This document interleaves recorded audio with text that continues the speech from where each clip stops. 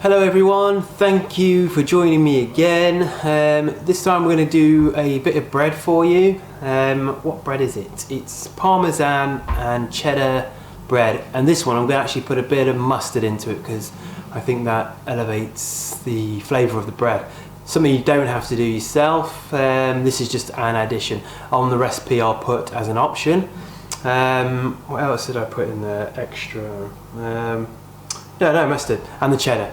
The cheddar is for the top, the Parmesan is going to go inside the bread, and we're going to mix it all together and make something really delicious and tasty. And anyone who loves cheese will love this. So again, I'd like to thank everyone for following me and liking what I'm actually doing. Again, if you could, just give it the thumbs up and subscribe. Again, share it wherever you want to share it, but share it far and wide. But yeah, again, all my recipes can be can be found on my website, which is www.thepastrychef.co.uk. And it is, it's just a site for recipes basically, and some pictures. I will develop it when I get the time. Well, I always saying that, you say you've got the time, I've got loads of time now, but I just haven't got around to sort of updating it, and it will get updated the more I know what's happening in the future. But yeah, thanks again, and I hope you enjoyed this bread recipe. Right, so what you're going to need here is, obviously we've got the flour. So on the recipe I said strong bread flour, which is good, but here I've got an 85% flour, or 85 type, which means basically it's a strong flour, but they've left some of the grain within the flour, so it makes it a more, I think, flavoursome flour. It's better fermentation, for fermentation, slow that bit down. And yeah, you just get a better flavour out of it, better look, all together. It's a nice, rough, strong flour. But yeah, again, you can just use plain strong flour, which is fine. Again, you will need 80 grams of cheddar, or mature cheddar, because obviously you want maximum flavour. You need 100 grams of Parmesan, roughly 80 to 100. That's going to go into our flour eventually. You're going to need some salt. It's up to you what salt you use: table salt, sea salt, any salt basically. That's up to you. But I've got some sea salt or some Morden salt here. Olive oil. So that's I think it's 5 grams of that. You've got 15 grams of olive oil. You've got 15 grams of sugar. You've got 7 grams of quick-acting yeast. I find that's the best yeast because it's almost instant. And I've also got 15 grams of whole grain mustard, which is makes it very, very tasty. And again, some warm water. If you want to use milk, you can use milk. I just find that if you're using milk, it's a little bit slower on the rise, but it still works. So that's plenty up to you. It's just adding more fat to your bread, unless you use skim milk or semi-skim milk. Yeah. So so those are the ingredients, all pretty much at room temperature. The cheese, everything's at room temperature, simply because I want to get it into the bread. I don't want it to be cold bread, and this will help the ferment, or the yeast activate ASAP. But again, we're going to leave it for a long time, because we're not going to use any flours this time to sort of put on the bench to knead it. We're going to use the olive oil on the bench, and that's pretty much it. So we'll leave it to prove for probably about an hour and a quarter or so. It's quite warm in this kitchen, so I don't expect it will take long for it to rise anyway. Okay, on to the next stage. Right, so I'm not sure if you remember from the last quick bread we did. I said I'm not a bread expert. It's it's not my field. I'm patisserie, but I'm learning as I go along also. So you just got to remember about the salt and yeast. But because we're using a dry active yeast, it's not as bad as using a fresh yeast and then putting salt straight into it. So what I always do is I'm going to put the salt in first, but I'm just going to move it around my finger just to disperse it a little, just so it's not going to clump up and kill off my yeast. Okay, and what I'm going to do is with the water, make sure it's still warm. Right, I'm going to stop there because it's a bit cold. I'm just going to add microwave it for a few seconds. I'll be back straight away. Okay, sorry about that. So yeah, I've warmed my water up. So I'm going to put my oil into my water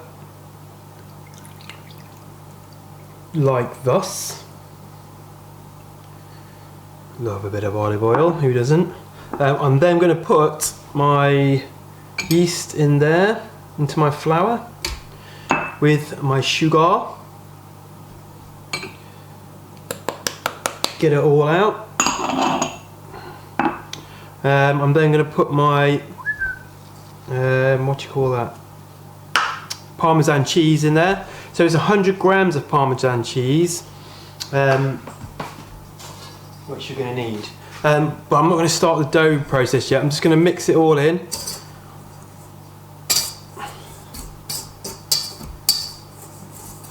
Like that. There you go. So that's all mixed in nicely.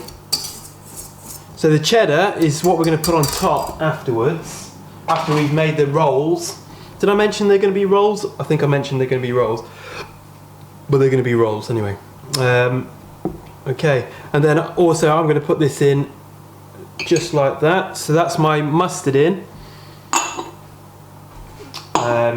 And that goes in last because obviously you don't want it to clump up. Well, you don't want it to, when you're whisking it like I just did and dispersing the cheese, and sort of clump up. Okay, so I will then put this doon. Make sure it's switched on, otherwise. Yeah, so we'll just start that process off. So I've got 300 mils of water here. You may need more, you may need less. Again, all depending on your flour. Just work with it, but it should be quite, not super sticky, but sticky enough. And we're not going to completely do it all in the mixer. We're gonna finish this process off by hand with a little bit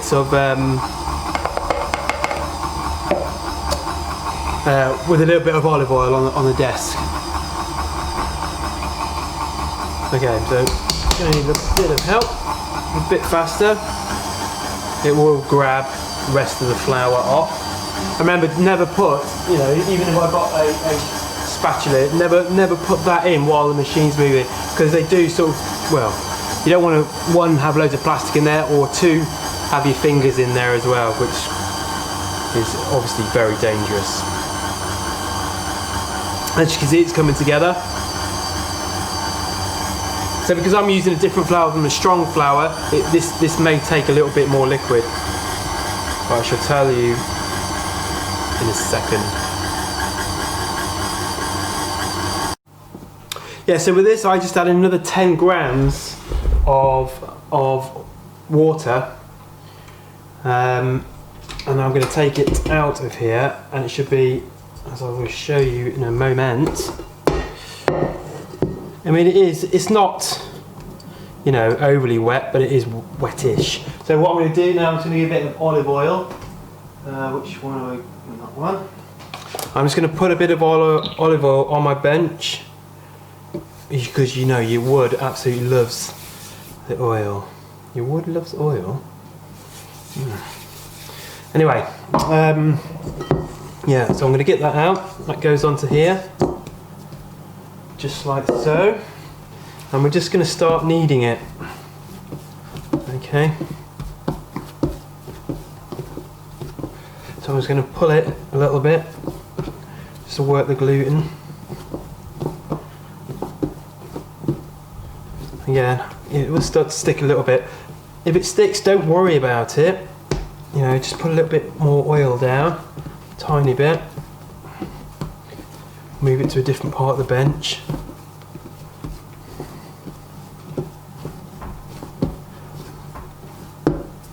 You just got to keep working.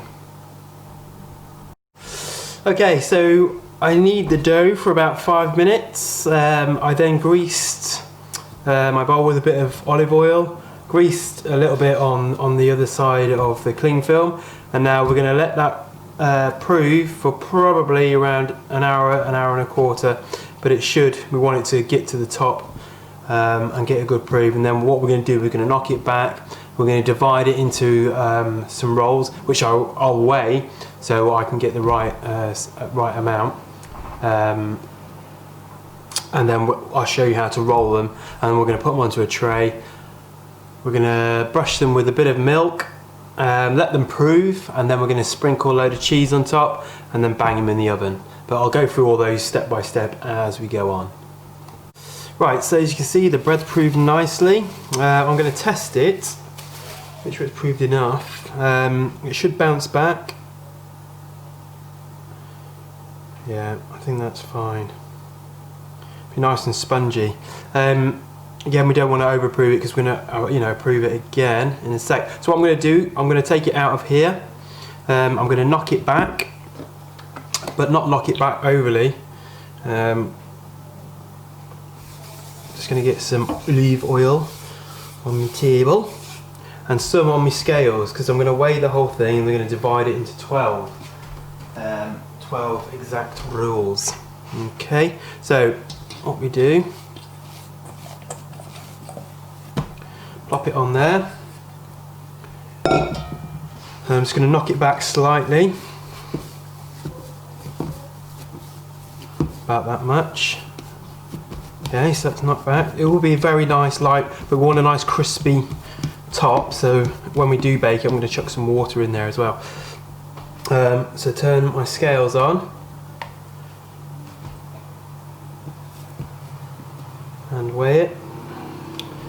So yeah, what I'm going to do is going to do 835 grams. I'm going to divide that by 12, and once I've done that, I'll show you how to roll it.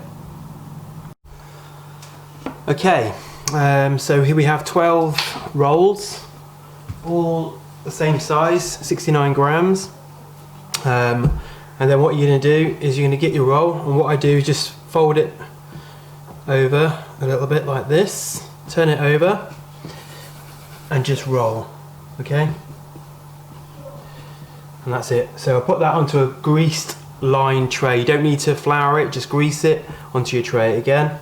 So just fold over, turn it round, and it's a nice circular. Okay, again, over, over, over, over. Okay, delish.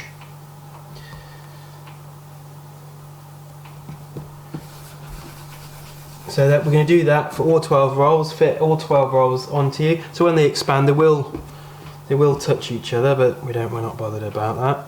It's not like they've got corona, so they're allowed to be in that sort of distance. Okay, I'm not going to do it with two hands like all the bakers do. I'm not a baker, but you know, if I was at work, it'd be a different matter because you'd have to get them done and done quick. But I'll get back to you when they're done. So you can see I've got some rolls done. Just make sure they're evenly spaced. If they touch, they touch. If they don't, they don't. So we're going to be okay. I'm just going to brush. I haven't got the best brush, and this is one I've used all the way through lockdown. Simply because I couldn't. Oh, I still haven't got a pastry brush, but this has only ever been used for food, nothing else, and it was pre-washed before I used it, just in case you're wondering. So yeah, I'll brush these all, and once they're done, I'm going to leave them to prove. And the reason I'm brushing them now is because obviously once they're proved, I don't want to knock or disturb the air that's in there that's been created to make them nice and light. So once before I put the cheese on, I'll put my oven on to 190, and we'll cook them for roughly around 20 or so minutes, maybe yeah, I think 20 minutes will be fine with these. and that will make them nice and crisp. The cheese. Oh yeah, we obviously put the cheese on top before they go in the oven. And that will make. Oh, they're going to be so delicious. You know when something's going to be nice, right? The flavour of these, because of the amount of Parmesan that's in them, is going to be great. You've got your mustard in there. It's going to help lift the flavour. I mean, you don't have to use whole grain mustard like me. If you want to use Dijon or English mustard, you know, whatever mustard you prefer will go in there. Even if you've got the powdered English mustard, is quite good. As I use that in when I'm making mac and cheese, it just lifts the flavour of the cheese. Right, so they're done. So what I'm going to do, I'm going to grease another cling film and just rest that really lightly on top while they prove, and then we'll put the cheese on top afterwards. Right, so about halfway, or well, a bit over halfway, I've just scored them across the top slightly to open them out.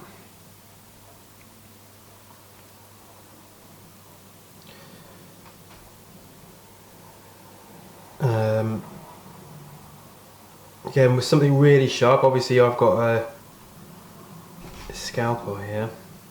Scalpel's there. Ooh, that one's not worked very well.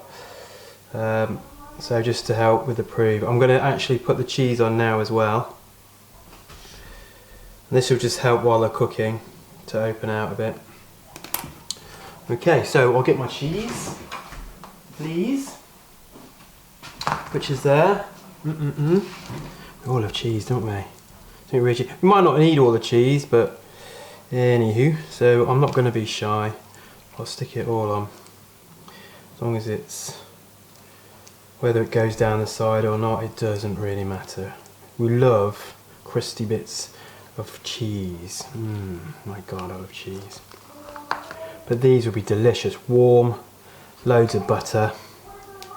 Ooh, making me hungry. I hope you can't see my chicken in the shot. I've just had to make, oh, I didn't have to make it. I made chicken chips and corn on the cob for lunch, dinner even, for Lucas and I. So I've been multitasking like all good males can.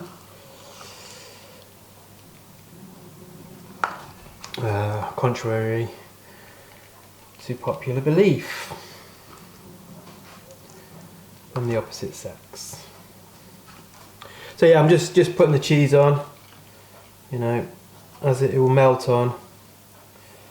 It's just to give another added cheesiness and a bit of crispiness to the bread. Oh, that one's a bit dry. Again, don't press the cheese on. Obviously you don't want to knock all the air out. These will rise nicely. So I've done that. I'm just going to let them sit for a little bit. I'm going to put my oven on to 190. Let that get nice and hot. I'm just going to sprinkle a bit of water in there when I put them in the oven, which is in about 5 to 10 minutes. Okay, my rolls are ready to go, so I'm going to chuck in my oven at 190 for roughly 20 minutes. I should double check as I go along. Again, sort of just below halfway. I'm just going to chuck a bit of water in the bottom and let that do its business. Away we go. Well, let me set it. There we go, 20 minutes. So yeah, there you go. They're in, I'm happy. Apologies for the chicken on the side, as I was making my dinner and Lucas's dinner at the same time. But again, you know, I'm only human. Yeah. There you have it. 20 minutes on the dot, and we have some nice rolls. So when you use a normal flour, strong flour, plain white, you might get a different colour, but not much. The cheese has got nice and crispy. They're very light, and I can't wait to. They're probably really nice at this stage, but I'm going to let them completely cool down. I'm going to bag them up and obviously hand them out to family and friends because they enjoy that. Oh my God, I love cheese. but super cheesy, super delicious, and super easy. It's just all about, you know, the mixing, the waiting game, and if you're patient, you'll reap the rewards. So thank you for joining me again, and again, the recipe will be on the website, www.thepastrychefcornwall.co.uk, for all the recipes and more recipes. Have a look, have a browse. Again, share it. Same, if you like the video, please give the thumbs up, and also subscribe. But yeah, it's quite important to me, because I love what I do, and also, you know, it's a fun, enjoyable time. You know, you should never see cooking as a chore. If you get into it, it's something pleasurable, and it brings a lot of smiles to a lot of faces. So yeah, carry on baking, carry on cooking, carry on doing whatever you're doing, but love what you do, and have a good time, and I'll see you next time.